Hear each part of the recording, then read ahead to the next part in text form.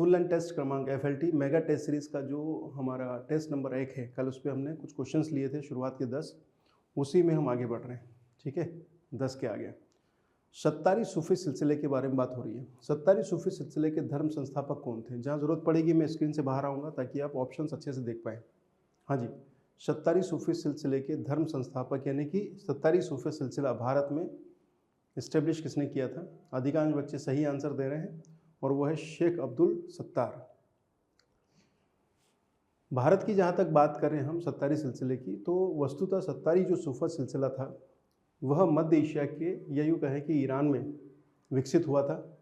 और ईरान में भी जो क्षेत्र है, आप देखिएगा कि जो सूफी सिलसिले हैं या फिर सूफियाना जो तत्व हैं वो शुरुआत में मध्य एशिया रीजन से आए हैं और इनका संपर्क इस्लाम से रहा है। ये दो तरह के होते हैं, बाशरा और बेशरा। ठीक, बाशरा वे जो शरीयत के नियमों को पालन करते हुए या इस्लाम से समर्थन दिखाते हुए आगे बढ़ते हैं, और बेशरा वे जो कि इस्लाम के नियमों से थोड़ा सा विचलित होते हुए दिखाई देते हैं। ठीक है, भारत में जब बात करें तो जौनपुर, बंगाल तथा मालवा रीजन, हाँ जी, हमारा मालवा रीजन इसके दायरे में आता है। तो सत्तारी सूफी सिलसिला आपको इन क्षेत्रों में दिखाई देगा। अगला प्रश्न जो कि आपके सामने है, हाँ जी, होपफुली आपको अच्छे से दिखाई दे रहा होगा प्रश्न। यूरोप से केप ऑफ गुड होप के मध्य जल मार्ग की खोज किसने की थी? 1453 का कुस्तुनतुनिया का पतन और ऑटोमन तुर्की साम्राज्य द्वारा कॉन्स्टेंटिनोपल या कुस्तुनतुनिया पर अधिकार कर लिया गया, तो यूरोप और एशिया के मध्य जो स्थल मार्ग था वह बाधित हो गया और ऐसी स्थिति में नवीन जल मार्गों की खोज शुरू हुई। इसी प्रक्रिया में एक व्यक्ति है जिसका नाम है बार्थोलोम्यो डियाज। ये पुर्तगीज़ व्यक्ति था। ये चला और यह अपने पुर्तगाल से होते हुए अटलांटिक से होते अफ्रीका के पश्चिमी तट से होते हुए अफ्रीका के दक्षिणी क्षेत्र तक पहुंच गया और उसे ही का कहा गया केप ऑफ गुड होप या उत्तम आशा अंतरीप। इसको समर्थन करने वाले में एक स्पेनिश राजकुमार है, स्पेनिश है पुर्तगीज़ है, हाँ ठीक है, स्पेनिश राजकुमार है जिसका नाम है हेनरी, और उसे इसी कारण से उपाधि दी गई थी the navigator, Henry the navigator. बार्थोलोम्यो Diaz देख लीजिए। इस मैप को थोड़ा छोटा करता हूं ताकि आपको ठीक से दिखाई दे। ये देख लीजिए, होपफुली देख पा रहे होंगे आप लोग, काफ़ी बड़ा हो गया है ये। पुर्तगाल के लिस्बन से चला है और अटलांटिक होते हुए जो ये जो तट है यहाँ पहुँचा और यही है दक्षिण अफ्रीका का केप ऑफ गुड होप। यहाँ तक बार्थोलोम्यो डियाज पहुँच गया था। ये पूरा रूट है और फिर यहीं से वापस लौटा, इससे आगे हिम्मत नहीं बनी बार्थोलोम्यो डियाज की। इसके बाद में हम देखते हैं कि एक अन्य व्यक्ति है जिसका नाम है वास्को डी गामा। 1497 में वास्को डी गामा फिर यहाँ से चला, यहाँ तक पहुँचा। यहाँ पहुँचने के पश्चात वो अब्दुल मजीद नामक व्यक्ति की सहायता से ये तट होते हुए वो कहाँ पहुँच जाता है? केरल तट पे, जिसको हम बोलते हैं मालाबार तट, और वहाँ का जो स्थानीय शासक है जिसको हम जमोरिन कहते हैं वो उसका स्वागत करता है। और ये घटना है 1498 की। ठीक है, जो कि प्रश्न पूछा जाता है। अगला प्रश्न आपके सामने है, राजभट खोवा की प्रसिद्धि का कारण क्या है? राजभट खावा की प्रसिद्धि का कारण क्या है? तो ये ऑप्शन ए है, गिद्ध प्रजनन केंद्र है। तो ये है कहाँ पर? सबसे महत्वपूर्ण बात है कि राजभट खावा जो है वो पश्चिम बंगाल में दूसरा गिद्ध प्रजनन केंद्र है। इससे पहले जो पहला गिद्ध प्रजनन केंद्र है वो हरियाणा के पिंजौर में है। तो हरियाणा का पिंजौर पहला स्थान है, पश्चिम बंगाल का राजभट खावा दूसरा स्थान है। ये गिद्ध संरक्षण प्रोजेक्ट के अंतर्गत शामिल है। और इसके बाद में जो तीसरा गिद्ध संरक्षण केंद्र है वो असम राज्य के रानीखेत में या असम के रानी क्षेत्र में इस्टेब्लिश हुआ है। तो वर्तमान में भारत में 3 गिद्ध संरक्षण केंद्र है या गिद्ध प्रजनन केंद्र है। पहला जो है वो हरियाणा के पिंजौर में है, दूसरा पश्चिम बंगाल के राजभट खावा क्षेत्र में है, और जो तीसरा है वो हमारे असम के रानी क्षेत्र में मिलेगा। ठीक है, आगे बढ़े। चलिए, अगला प्रश्न आपके सामने है, उसको थोड़ा सा और बड़ा कर देता हूं मैं। हाँ जी, किसाऊ प्रोजेक्ट किस राज्य में स्थित है? किसाऊ प्रोजेक्ट हमारे उत्तराखंड राज्य में है, टोंस नदी पर है। ये प्रश्न पूछा गया है, ये पूछा जा सकता है कि किसाऊ प्रोजेक्ट किस नदी पर है, तो वो है टोंस नदी पर उत्तराखंड राज्य में। इतना हो जाता है, एक बहुउद्देशीय परियोजना है। चलिए अगले प्रश्न पे आगे बढ़ते हैं। प्रश्न आपके सामने है, भारत में सर्वाधिक मुर्गी पालन किस राज्य में होता है? हाँ जी, आंसर पता ही है आपको, आंध्र प्रदेश। थोड़े डाटा भी देख लेते हैं। आंध्र प्रदेश के पश्चात किसका नाम है? आंध्र प्रदेश तो आ ही गया, दूसरा है तमिलनाडु, तीसरा है महाराष्ट्र, चौथा है कर्नाटक और पांचवा है पश्चिम बंगाल। पहला आंध्र प्रदेश, दूसरा तमिलनाडु, तीसरा महाराष्ट्र, चौथा कर्नाटक और उसके बाद में है पश्चिम बंगाल। That's it. चलिए अगला प्रश्न जो कि आपकी इस मेगा टेस्ट सीरीज से है। चलिए, देश का सबसे बड़ा बंदरगाह कौन सा है? Which is the largest port of the India? Bharat का या देश का सबसे बड़ा बंदरगाह कौन सा है? ठीक, 4 ऑप्शन है, कांडला, मुंबई, कोच्चिन बंदरगाह या तूतीकोरिन। यहाँ पर बड़े का मतलब क्षेत्रफल नहीं है, इसका मतलब है कि जहाँ पर सामान को लोड और अनलोड करने की जो क्षमता है, एयरपोर्ट की जो क्षमता है। आंसर है बम्बई बंदरगाह। अगर आप बम्बई घाट पर जाएंगे तो ये सालसेट द्वीप पर आपको दिखाई देगा, बम्बई का सालसेट द्वीप। बम्बई का इतिहास भी बड़ा मजेदार है। 1661 की बात है जब, हाँ 1661 की बात है, 1661 की,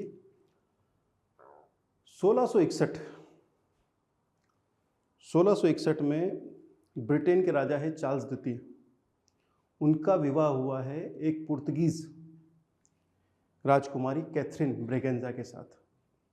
तो जो पुर्तगाली सरकार है वह क्या करती है, बम्बई का कुछ क्षेत्र जिसको आज आप देखते हैं, जिन द्वीपों पर बम्बई बचा हुआ है, उन द्वीपों को स्पेन से खरीद के वह चार्ल्स द्वितीय को दहेज में उपहार दे देता है। आपका बम्बई दहेज में किसको दिया गया? चार्ल्स द्वितीय को, ब्रिटेन के राजा के द्वारा।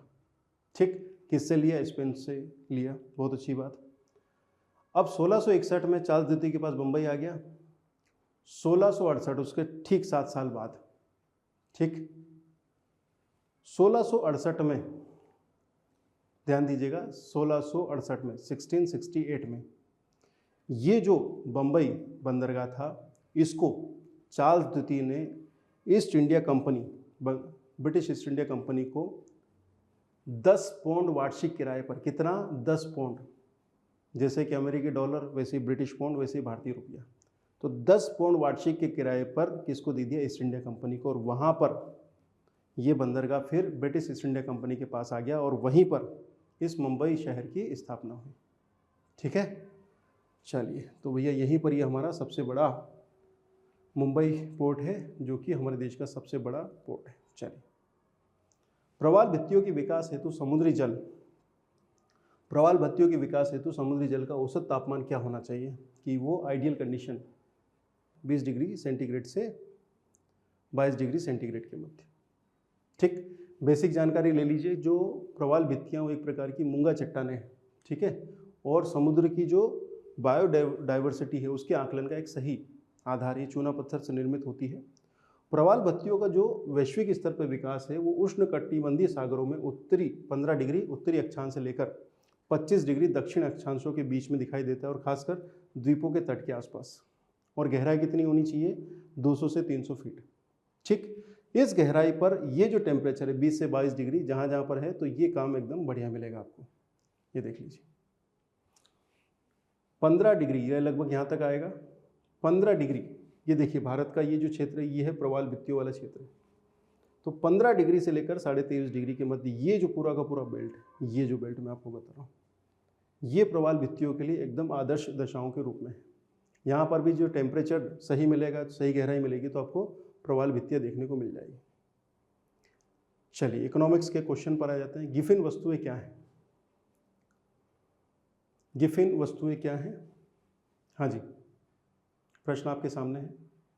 गिफिन वस्तुएं ऐसी वस्तुएं हैं जिनका मूल्य बढ़ने पर उनकी खरीदी में ज़्यादा तेजी आती है। अगर आप इनका मूल्य घटा देंगे तो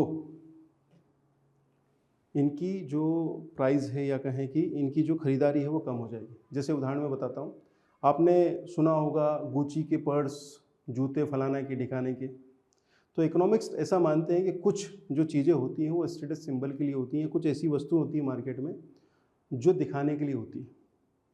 तो गिफिन वस्तुएं ऐसी होती है जो कि काफ़ी महंगे मूल्य की वस्तुएं मानी जाती हैं, अर्थात इनका जो एक्चुअल मूल्य है अगर इस मूल्य से ज़्यादा इस मूल्य को बनाए रखें तो इनकी खरीदारी होती रहती, और अगर इस मूल्य को नीचे लेके जाएं तो मामला ख़राब हो जाता है।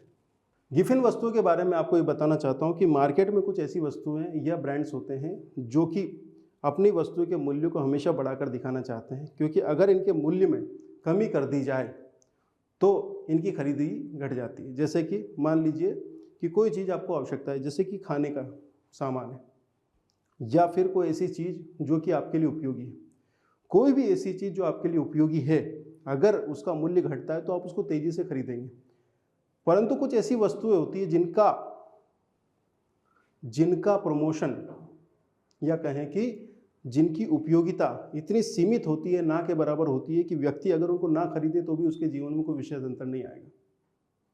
तो ऐसी वस्तुएं सामान्यतः स्टेटस सिंबल के लिए उपयोग में की जाती है। जैसे उनका मूल्य बढ़ता है तो वो उनकी खरीदारी में वृद्धि होती है, उनकी क्रय विक्रय में या उन उत्पादों में हलचल देखी जाती है। चलिए इकोनॉमिक्स में अगला प्रश्न पढ़ते हैं। चेक किस तरह की मुद्रा है? हाँ जी, चेक देखा ही होगा आपने। मुद्रा का मतलब क्या है? मुद्रा एक ऐसा माध्यम है जो विनिमय को पूर्ण करता है, चाहे वो धात्विक मुद्रा हो, चाहे वो प्लास्टिक मनी हो, चाहे वो क्रिप्टो करेंसी हो। ठीक है, उसी मुद्रा की परिभाषा में चेक भी शामिल होते हैं। तो चेक किस तरह की मुद्रा है, आंसर करना है आपको। हाँ जी, न्यास मुद्रा का मतलब है, इंग्लिश समझ में नहीं आ रहा हो आपको, न्यास मुद्रा को हम क्या कहेंगे इंग्लिश में? न्यास को ट्रस्टी बोलते हैं या ट्रस्ट वाला मामला भाव आता है, परंतु इकोनॉमिक्स में इसकी टर्म अगर आप देखें तो प्रॉमिस वाला मामला है ये, कि हम प्रॉमिस करके दे रहे हैं कि मैंने चाक काट कर दिया है तो लेने वाला ये मान के चल रहा है कि ये पेमेंट आ जाएगी। उत्तर है न्यास मुद्रा एक ऐसी मुद्रा जो कि भविष्य में भुनाने के वादे के साथ आपको दे दी गई है। चलिए नेक्स्ट क्वेश्चन लेके चलते हैं हम लोग। मुद्रास्फीति कर इन्फ्लेशन टैक्स से क्या तात्पर्य है? मुद्रास्फीति कर इन्फ्लेशन टैक्स, हाँ जी, आंसर करना चाहेंगे आप लोग? कोई बात नहीं। मुद्रास्फीति कर एक्चुअली ये कोई कर नहीं है, ये कोई टैक्स नहीं है, ना कोई लगाता है इस पर, ना कोई वसूल करता है। इकोनॉमिक्स में ये टर्म आती है और उसके अंतर्गत ये बताया जाता है कि आप मान लीजिए कि आज ये जो रिमोट है, आज की तारीख में इसको आप खरीदने जाएं तो ये आपको 200 रुपये का मिलता है। ठीक है, 1 साल बाद या 2 साल बाद जब आप इसको लेने जाएंगे तो क्या संभावना है कि 200 रुपये मिलेगा? ये कोई संभावना नहीं। 220 रुपये का मिलेगा, 210 का मिलेगा। ठीक, दूसरा उदाहरण, मेरे पास 1000 रुपये थे और 200 रुपये लेते, 200 रुपये थे, मैंने बैंक में डाल दिए, करंट अकाउंट में डले रहे। अगले साल मैंने 200 रुपये निकाले, फिर मैं इस वस्तु को लेने जाऊंगा तो मुझे 210 रुपये देने। यानी कि वस्तु और सेवा का मूल्य मुद्रा के सापेक्ष लगातार बढ़ता रहता है, जिसको हम इन्फ्लेशन के रूप में जानते हैं।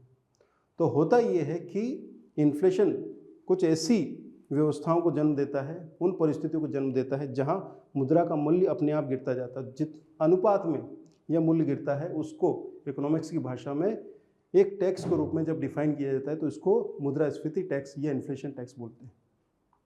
ठीक है, इस बात को ध्यान दीजिएगा।